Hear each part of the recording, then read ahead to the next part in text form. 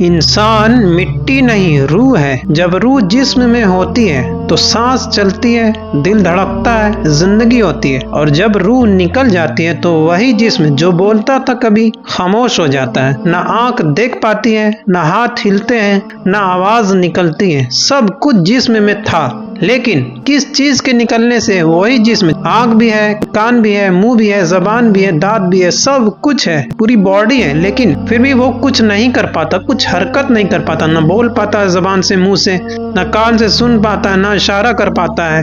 کیوں کچھ نہیں کر پاتا ہے وہ؟ اس لیے کیونکہ اس میں سے روح نکل جاتا ہے، لیکن زندگی روح سے تھی۔ اسی لیے موت جو ہے جسم کا ختم ہونا نہیں ہے، روح کا اگلے سفر پر جانا ہے۔ اس دنیا میں روح امتحان میں ہے، اگلی دنیا میں اس کا حساب ہوگا۔ جو یہاں اللہ کو یاد رکھتا ہے اس کی روح وہاں سکون پائے گی، اور جو صرف جسم کے پیچھے بھاگتا رہا اس کی روح وہاں پچھتائے گی۔ اسی لیے سمجھ لو، جسم مہمان ہے، روح اصل مہمان نواز۔ دنیا کچھ دن کی، آخرت ہمیشہ کی ہے۔ اسی لیے تم مٹی نہیں ہو، تم روح ہو۔ جب آنکھیں بند ہوتی ہے تو کہانی ختم نہیں ہوتی، سفر شروع ہوتا ہے۔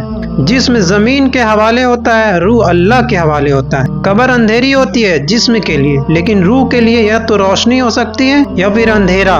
یہیں سے پتہ چلتا ہے کہ تم جسم تھے یا روح۔ جو اللہ کو یاد کرتا رہا اس کی روح کو چین ملتا ہے، جو گناہ میں ڈوبا رہا اس کی روح کو گھبراہٹ ہوتی ہے۔ دنیا صرف ٹیسٹ تھی، دنیا صرف ٹیسٹ تھی، رزلٹ قبر سے شروع ہوتا ہے۔ اسی لیے جو صرف جسم کو سجاتا رہا وہ اصل چیز بھول گیا، جو تھی وہ روح تھی، اور جو روح کو صاف کرتا رہا وہ جیت گیا۔ آخر میں حقیقت ایک ہی ہے، جسم یہی رہ جاتا ہے، روح آگے چلی جاتی ہے۔ تم مٹی نہیں ہو، تم روح ہو۔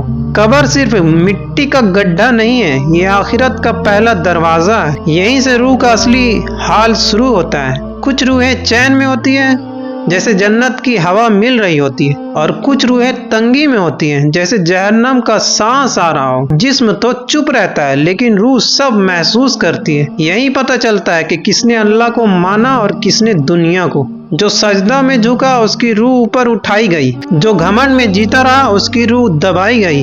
دنیا کا شور ختم ہوتا ہے، حقیقت کی آواز شروع ہوتی ہے، اور تب سمجھ آتا ہے کہ تم مٹی کا جسم نہیں تھے اور تم ذمہ دار روح تھے۔ جب روح قبر میں پہنچ جاتی ہے تو صرف اندھیرا نہیں ہوتا، سوال ہوتا ہے، تمہارا رب کون ہے؟ تمہارا دین کیا ہے؟ تمہارا نبی کون ہے؟ یہ سوال جسم سے نہیں، روح سے پوچھے جاتے ہیں۔ جو دنیا میں اللہ کو مانا اس کی روح بنا ڈرے جواب دیتی ہے، اور جو دنیا میں بھولا رہا اس کی روح کانپ جاتی ہے۔ یہیں سے کسی کی راحت شروع ہوتی ہے اور کسی کا عذاب شروع ہوتا ہے۔ دنیا میں صرف بولنا کافی نہیں تھا، مان کر جینا ضروری تھا۔ اسی لیے آج جو زندہ ہو روح کو تیار کرو، کیونکہ کل صرف روح ہی کھڑی ہوگی۔ اور یاد رکھو، جسم یہیں رہ جائے گا، روح آگے چلی جائے گی، اور تم مٹی نہیں ہو، تم روح ہو۔ قبر کے بعد کہانی ختم نہیں ہوتی، بس دنیا کا پردہ گرتا ہے۔ روح انتظار میں ہوتی ہے کہ اس دن پہاڑ ریت بن جائے گا، سمندر ابال دیے جائیں گے، اور ہر روح اپنے رب کے سامنے کھڑی ہوگی۔